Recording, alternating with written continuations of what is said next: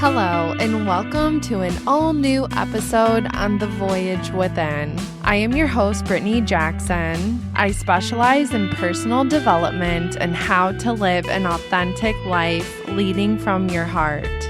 On this week's episode, we are going to explore the ideas of the ego. What do you think of when you hear the word ego? Is it something you are familiar with? Or is it a foreign concept? When I first heard the term ego, I thought it was the concept of being better than, feeling like you are better than other people. Me and a friend of mine recently started a book club on A New Earth, Create a Better Life by Eckhart Tolle. This book explores a lot of avenues on the idea of the ego. How I can best describe it and what it means to me is how we define everything and everyone, including ourselves. It is the process of defining. To judge, to criticize, to assume, to project the way we feel, how we think. It can definitely have the selfishness. It is all about me. As I have grown and learned about myself and life and others, I have realized the more I accept the fact that I do not know, the more at peace and humble I am. I want to share the story of the Chinese farmer. Long ago, there was a widowed Chinese farmer. The farmer and his only son labored through the cold winds of winter and scorching rays of summer with their last remaining horse. One day, the son didn't lock the gate of the stable properly and the horse bolted away. When neighbors learned what happened, they came to the farmer and said, "What a sadness this is. Without your horse, you'll be unable to maintain the farm. What a failure that your son did not lock the gate properly. This is a great tragedy." The farmer replied, "Maybe yes, maybe no." The next day, the missing horse returned to the farmer's stable, bringing along with it 6 wild horses. The farmer's son locked the gate of the stable firmly behind all 7 horses. When neighbors learned what happened, they came to the farmer and said, "What happiness this brings! With 7 horses, you'll be able to maintain the farm with 3 of them and sell the rest for huge profits. What a blessing!" The farmer replied, "Maybe yes, maybe no." The next day, the farmer's son was breaking in one of the wild horses. The son got thrown from the horse, fell hard on rocks, and broke his leg. When neighbors learned what happened, they came to the farmer and said, "What a great sadness this is. Now you'll be unable to count on your son's help. What a failure to break in the horse properly. What a tragedy." The farmer replied, "Maybe yes, maybe no." The next day, a general from the Imperial Chinese Army arrived to conscript all the young men of the village into the army. Their assignment was to fight on the front lines of a battle against a terrifying enemy of overwhelming force. The farmer's son, because of his broken leg, was not taken. When neighbors learned what happened, they came to the farmer and said, "What a great joy! Your son avoided facing certain death on the front lines of the battle. What a blessing!" The farmer replied, "Maybe yes, maybe no." I love that story so much. It's one of my favorite stories. I love that in times when it seemed like things were bad, nothing was going right, everything was wrong, it served for a greater purpose that brought greater reward. And then when the seasons were good and the farmer's neighbors celebrated how wonderful everything was, he detached. He detached from the outcome of the bad or the good, because after the good, something looked bad again, and then it led to greater good.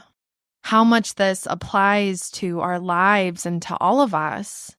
How many seasons have you been through that you thought everything was over and that this was the end? And then after that, a greater season came where you experience all these blessings, accomplishments, successes. And then another period of struggle came and you felt knocked down, you felt depleted. And then to pick yourself up again and feel stronger and better than ever. This is the flow of life. This is the purpose. There must be bad and there must be good. There must be loss and there must be gain. This is the balance. As I have recently shared, I had went through a breakup, a single journey, and now I am in a new relationship again. When the last relationship ended, there was two parts of me. One part said, see, you are never good enough. You can never make anything work. You will never get the love you deserve. You are not good enough. And there was another part of me that said, this didn't work out for a reason. Better will come. I am meant for something good. God put a desire in my heart for good and full love and success. And God would not put a desire in my heart that He will not fulfill. And the next season will be better than I ever imagined. There was two parts. Maybe it was good, maybe not. And there was trust and faith in God's plan and what was in store for me because I have no control other than this moment. And so I can project negativity or I can project positively, fear or faith. So as I let myself go through the grief, the loss, the disappointment, and then on the other side was a relationship and a man that values me, loves me, understands me, and sees me and holds space for me in a way the last one never would or could. And I had to go through that season of emptiness and deprivation to be grateful for and embrace and truly honor and love the season I'm in that is full of so much love, respect. How much we get caught up in the things that we perceive as bad or negative or wrong. It takes so much energy, so much stress, depression, anxiety to then be led to such good, rewarding, beautiful things. And I guess the question is, what would happen if we didn't fight so much? If we didn't judge so much? If we didn't hold on so tightly to things that are just not meant to be? And it doesn't have to be defined as good or bad. It just is. Just allowing things to be as they are. So, the ego. How does the ego play into all of this? The ego is how we attach to and define to everything and anything. My ego in the breakup wanted to say, poor me, I'm a victim. I don't deserve this. I'm defining this as this is wrong.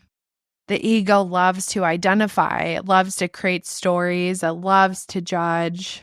It loves to get self-pity. It loves to get validation. It seeks to be fueled and filled. But the ego gets in the way of our happiness, of our fulfillment, of our peace and our serenity. Because when we allow and we let flow and we detach and we just experience and embrace, there's so much more ease to our life and our experiences than when we clutch on and we try to control and we judge and we fight. It's so important to learn about the ego and how to be aware and build this awareness of it so then we can detach from it and not feel into it and allow it and our life to be. Allow us to live our lives in the present and embrace who we are in each moment. The ego is a part of the human experience. I believe it's something that wants to understand the world. It wants to learn. It wants to grow. It wants to succeed. And there are good things that come from it, but it can also get out of control and it can amplify and exaggerate things that don't need to be fed into in that way. I think the point of the ego is for our survival, to try to judge if people and places aren't safe for us, to protect us, to get the things we want for ourselves. I think the ego is individual to all of us, and it creates our perception of everybody and everything, how we show up in the world, how we experience it, how we perceive it, and we project a lot of our past onto that perception. If someone doesn't want to be with me in a relationship, that is not good or bad, that just is. That is just the truth of the situation. It is not personal to anyone. We can't help who we are, what we're interested in, what we like and don't like, and it's never personal to anybody else. It just is. But the ego wants to attach and define and understand instead of allowing something to just be. And that is what creates the suffering, the chaos, the drama, and the unmanageability. It is not right. It is not wrong. It is not good or bad. It just is. The ego loves to take things personally, and it loves to make everything about itself.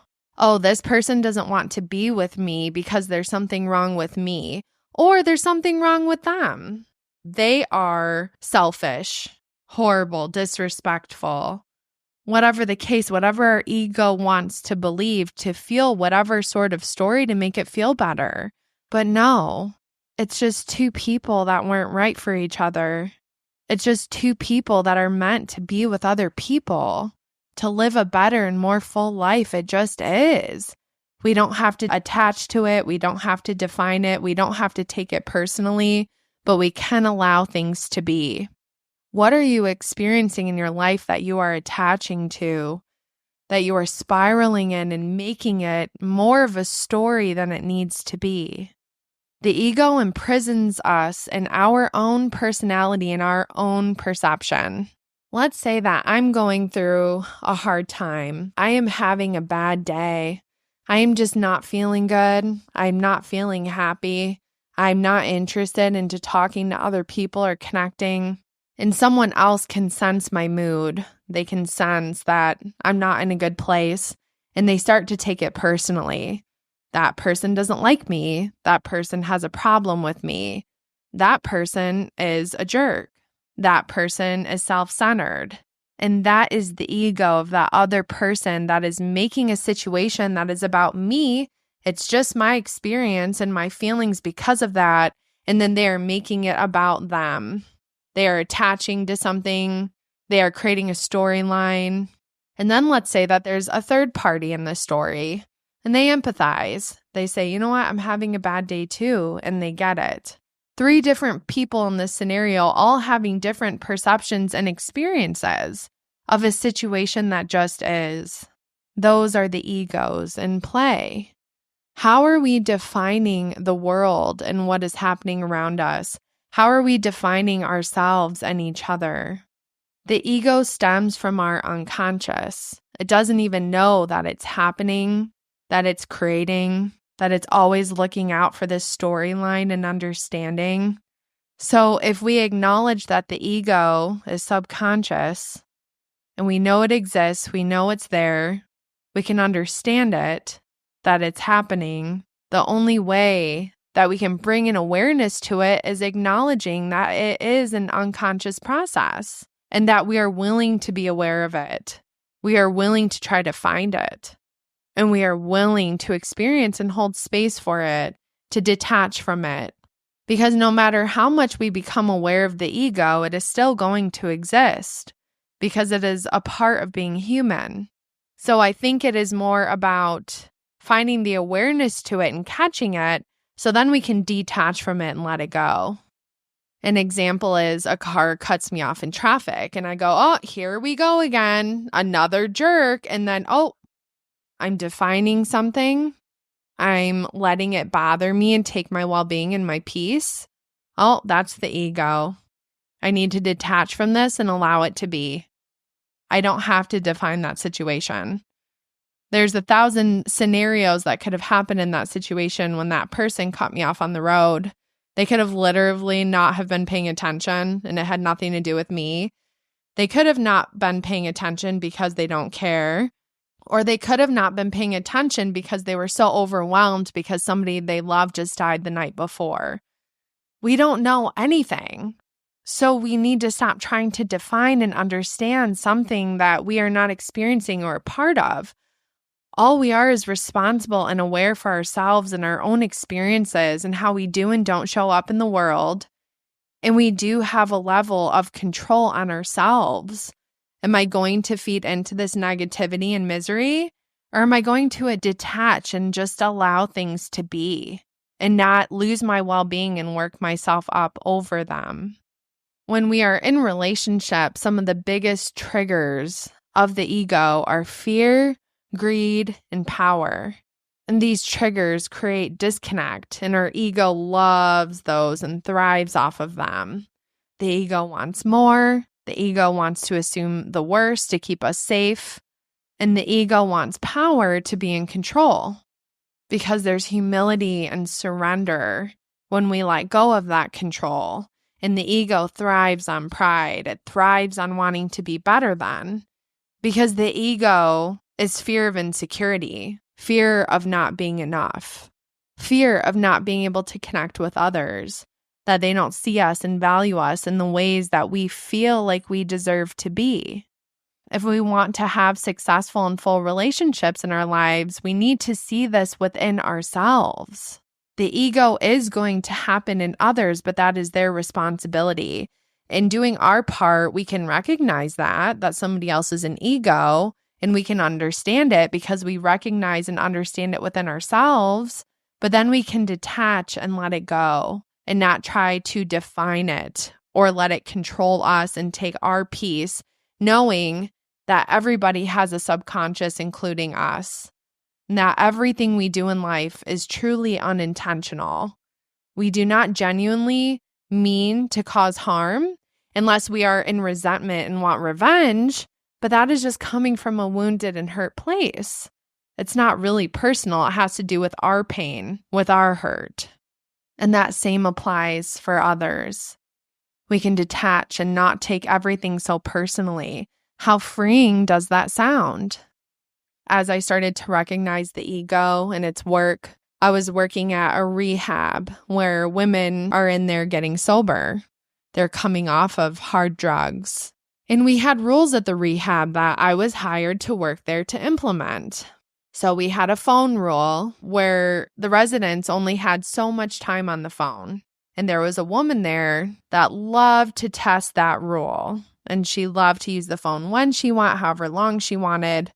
And my job was to implement the rules. So I went up to her and I said, hey, just so you know, we have this rule that we have to stick to be fair to everyone else. And she got so upset. She started screaming, calling me a dumb, bimbo, blonde bitch, screaming at the top of her lungs, going off on me. And I observed it. I sensed the intensity of the emotions. I felt the energy, but I did not react. I detached and I observed and I stayed calm. And when she was done, I said, that was not cool, very calmly, and then walked back into the office. I was not going to feed into it. I was not going to respond. She was clearly already fully triggered to the max. Anything I did or said in that moment would have just fueled to it. So I detached. I let it go. I let her know that that was not cool how she responded, but I let it be. I went into the office. I sat down. I started doing the rest of my work. And another woman that was observing came into the office and she said, how did you do that? How did she just scream at you in your face, calling you all of these names, and you stayed so calm and just walked away? And I said, because that was nothing personal. That had nothing to do with me. That had everything to do with her and what she was feeling and how she was perceiving. And there's nothing I could do to that. And I had no cause in that. It's just how she wanted to perceive and experience that situation. And the woman was just looking at me like, what? Like, that's crazy. Like, that was some kind of superpower. She's like, I want to learn about that. I want to do that. And it did feel really cool to not let somebody else take my peace and for me to react in some way that would have been inappropriate and destructive. Because what was I at that job for? It was to hold space for hurting people and to help them find an easier, softer, more beautiful, fulfilling way of life. So me responding in anything other than peace and love would have been against the reasons why I was there. And then that example goes into my spirituality. The more spiritual we are, the more conscious we become of ourselves, of others, of the world around us. Spirituality is equivalent to consciousness, to letting myself be and allowing others to be, being able to detach and being able to undefine. I am not perfect. I get in emotional states too sometimes of my own and react in a way that is less than I would like or prefer. And there is a way of allowing ourselves to be imperfect as humans because we aren't saints, we aren't gods. We are meant to be imperfect, and we are meant to sin, which stands for acting against ourselves. That's what a sin is, getting in the way of ourselves, of who we want to be, of how we want to show up in the world, acting against what makes us feel good about ourselves.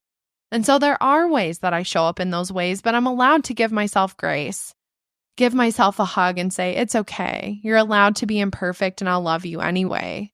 And the more I do that with myself, the more I can do that with others. And that is how we experience true love and connection with one another. I mentioned in my previous podcast episodes that I had to unbecome who I was not to become who I am. When we can see who we are not, then we can start to better see who we are. Our reality is dependent on our consciousness of what we are aware of what we are not aware of. And the question is, how aware do you want to be of yourself, of your life, of others? What is the harm in being more aware? To me, you get more participation and control of your own reality, and your own reality shapes your life. And I've realized that the reality and how we perceive it is a choice and it's a practice. It's not always automatic. Getting into a new relationship, the automatic is the egoic fear of this isn't going to work. I'm going to get hurt. I can't trust this because that has been my reality every time before. But the choice of perspective is that this could also be a success. This could be the best relationship of my life. This could be everything I deserve and want. The reality could be either perception, but how I perceive it and experience it is choice.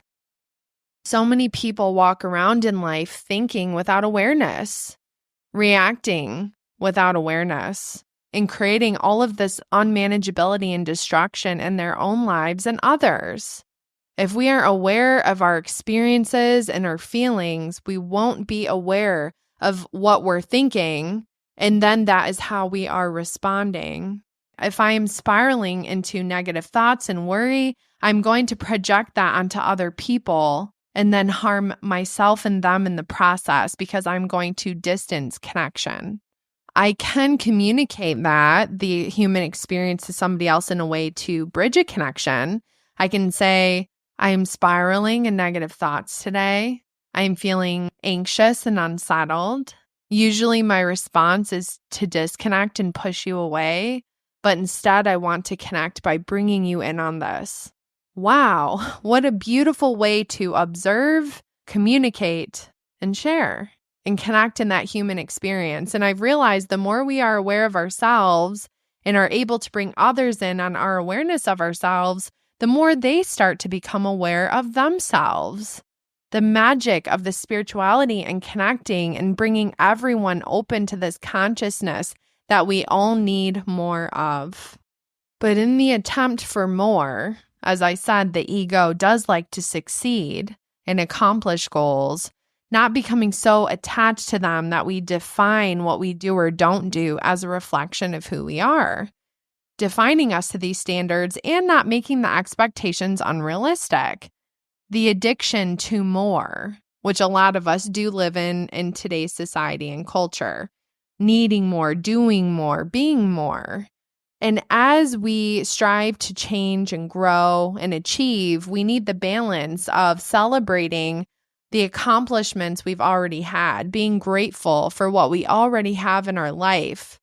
We have to believe that we are enough and have enough where we are for the ego to not take over and then make us feel like nothing is good enough. The balance, the striving for those solutions.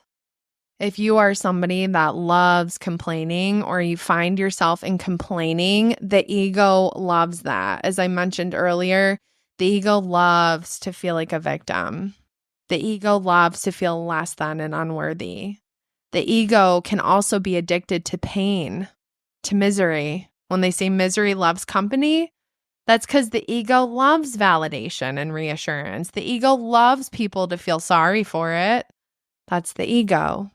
We don't have to engage in that lower level vibration. The ego loves to feel inferior, but the ego also loves to feel superior. One thing I have to be aware of in my own ego is I love to learn. I love to grow. It's clearly my life passion and purpose, and I love to share that with others. The first reason why I love to do that is because it's changed so much of my life and how I've shown up and how I relate to others. I have found so much gifts and rewards from this new way of life that I want to give that gift to others that also want to experience these things. So yes, there is a passion and good there, but I have to be aware that my ego does not spiral when I don't feel like I'm making the impact that I want to with this work. That's one of the biggest challenges I have, is to not feel like I need to impact millions to be good enough.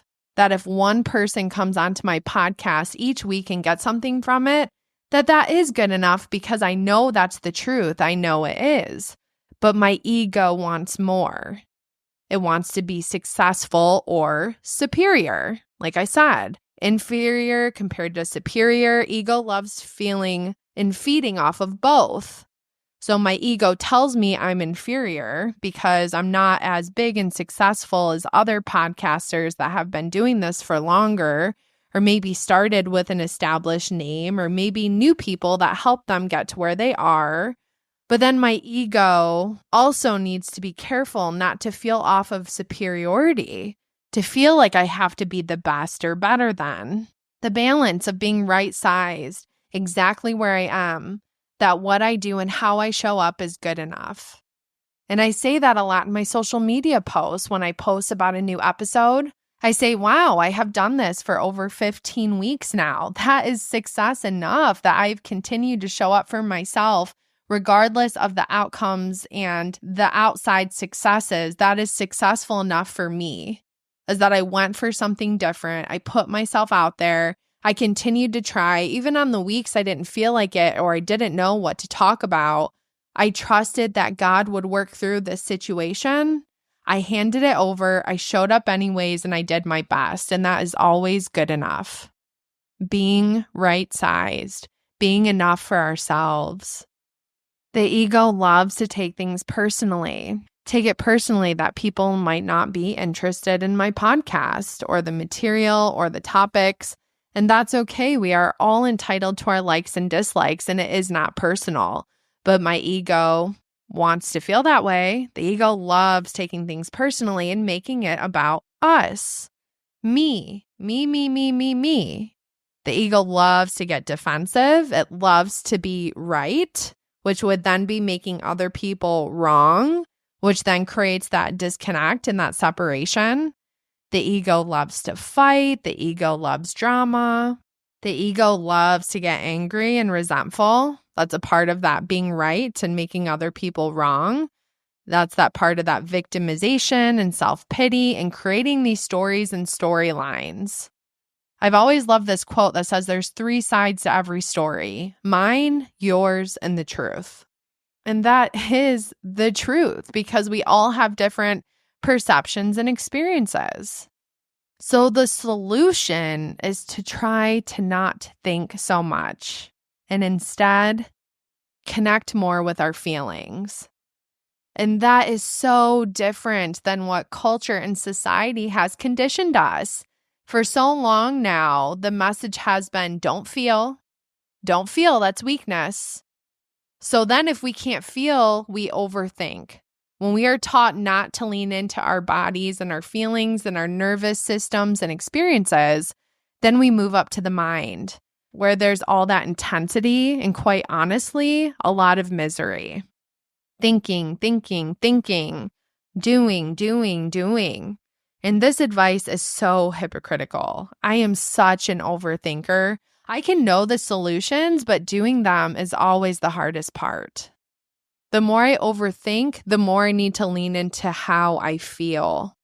And that's why I love meditation so much, because it slows down that thinking mind. It gets us into the present moment and into our bodies and our feelings. That's where the solution lies. When life gives us experiences in life, whatever they are, we don't have to define them and attach to them. What we can do is allow them to be, and we can trust them. Because the truth is that life will give you experiences that are the most helpful for the evolution of your consciousness, your understanding, and your experience of life itself, which is unique and special to you. And that's why we all have different gifts and assets, successes and failures, hardships, triumphs, because those things are specific to you to make you into the person that you are, and you have value. You matter, and all of your experiences, setbacks, and successes were meant just for you. No matter how crappy those hands can feel that we get in life, you can feel those feelings, you're entitled to them, but you don't have to define, feed into them, and spiral into them, because I promise you something good is going to come from it. Diamonds were once rocks that were crushed. That's how we get the beauty. Flowers start by a seed planted deep into the dark soil, and it takes a while to sprout and bloom. It's a process. Have faith and remember that you are allowed to go through the process and that gifts are on the other side. Have faith. The more you become aware of your attachments, the more you will break the ego and its impulses and reactions. I love this quote that says, "I think, therefore I am." Everything begins with your thoughts. And that's why the I am affirmations that I do are so important to participate in. And that's a practice you have to do every day. You have to exercise, because then you start rewiring your mind to think more positively.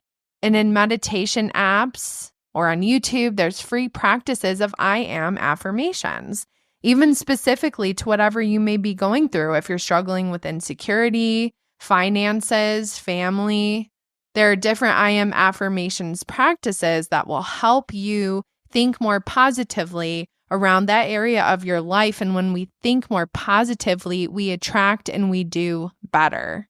It all begins with our thoughts. If you want to be free, you have to forgive yourself and others, not judging and condemning others. It's like those quotes where we drink poison hoping the other person suffers. In my program, I had to work these steps, and one of them is making an amends for the wrongs that I did. And there was a scenario where this woman had slept with my boyfriend at the time for 6 months during our relationship. And when I found out, I sent her a really nasty message about how much I hated her and wishing her all of these very hurtful things. And so that came up on my amends list. There was this time I sent this really nasty message, but my ego wanted to say, well, but it was justified because she did this. But no, we each have a part in everything and in every story. And I'm sure that message affected her very negatively. And so I had to make an amends for it. And I was resistant because my ego had been feeding on this story for probably 11 years that I was right, I was justified, and she was wrong. So wow, I had to open myself up to make this amends and to clear my side of the street, because I still thought about that. It still came up for me because I hadn't forgiven her. Therefore, I hadn't forgiven myself. And it's so interconnected. So I was resistant, really didn't want to. But my sponsor that was assisting me through these steps, she said, do you want to be right or do you want to be free? And I thought, wow, I want to be free. So I reached out and I apologized to her for that message, and she responded very receptively. And with no expectations of how that message was going to be received, because I haven't talked to this woman in 11 years. So there was no expectation of the outcome. And that is when we should make an amends, when we just genuinely want to show up and say sorry for our part, unattached. And so she responded very kindly. And right then, even the fact that I did it and she responded and everything was kind and at peace, I thought, wow, I truly am free. And it was so beautiful of an experience. It's like that resentment or that hate or that story or that victimization I held on to for so long never even existed anymore. It was beautiful. Forgive and set yourself free. It is for you. And you deserve a happy, joyous, and free life. Out of the book I mentioned that I was reading, I love this part. It's very truthful and it's very hard to look at, but it's so true. It says, the particular egoic patterns that you react to most strongly in others and misperceive as their identity tend to be the same patterns that are also in you, but that you are unable or unwilling to detect within yourself. Anything that you resent and strongly react to in another is also in you. I was once told the people that you argue with the most are the people you are most alike. And boy, did I hate hearing that. I want to resist that. But what you resist persists. So the more you don't want to look at that, the more it will continue to show up and trigger you and bother you in your life. These things that so strongly affect you about other people. Because is it a part of you haven't accepted also exists within you? Is it something that you judge within yourself, so you judge within others? And these are things to just think about. Food for thought. Because I have done my own wrongs on my journey too. I am imperfect. And the ego wants to say, well, my wrong wasn't as bad as your wrong. But a wrong is a wrong. In religious cultures, I feel like there's this idea of like comparing sins. You know, let's look at like the sinners, like the really bad ones, and reject them. And it's like, no, we all sin, we all do harm, we all do wrong. Yes, to others, but more importantly and specifically ourselves. Because like I said in previous podcast episodes on the voyage within, is that the relationship we have with ourselves defines the relationships we have with everyone else. How we show up with others is how we show up with ourselves. So make the relationship you have with yourself a good one. And start today. Start this moment if you haven't already. Are you willing to open yourself up to the things that are hard to see within yourself? Are you able to give grace, compassion, and forgiveness to others and their humanness and their imperfections? Are you willing to put the sword down? Are you willing to let the fight go? I want to end this topic with some of the readings about love in the book that I've been reading. It says, to love is to recognize yourself in another. When another recognizes you, that recognition draws the dimension of being more fully into this world through both of you. That is the love that redeems the world. Love makes the world less worldly, less dense, more transparent to the divine dimension, the light of consciousness itself. I see me in you, and I thank you for being here with me on this podcast episode today. You are beautiful. You are worthy of love, forgiveness, and freedom. And you are capable of more strength than you ever knew possible. And you can do whatever work you need to do to get to where you want to be and overcome any challenge that lies ahead. I would like to pray for you. Invite in whatever form of your religion or spirituality or God that you desire. God, I pray for the listener and all their beauty and imperfections, that they give themselves and others more grace to be human and to live this life imperfectly so we can make those mistakes and overcome those challenges and experience such fulfillment and confidence and joy and overcoming and becoming better and doing better, for celebrating ourselves and the way we show up better in the world by just being more aware of ourselves and others and our experiences, of trying our best and that our best is enough. I pray that you continue to love and support the listener and all that they do and they need. And I pray that they surround themselves and they meet people and they go through new journeys with the right people that are supposed to be with them during this time. I pray that you remind them that we grow and we heal together and never apart, and that they are worthy of help, love, and support. Guide them, direct them, support them, God. Thank you for all that you do for us, our loved ones, and within our life. Amen. And now I would like to offer you some of those affirmations that we discussed. Feel free to say these out loud, to repeat them. Really make sure you feel them inside of your heart. I am. I am me. I am whole. I am worthy. I am enough. I am powerful. I make a beautiful impact on this world. I am love. Thank you for joining me on an all-new episode of The Voyage Within.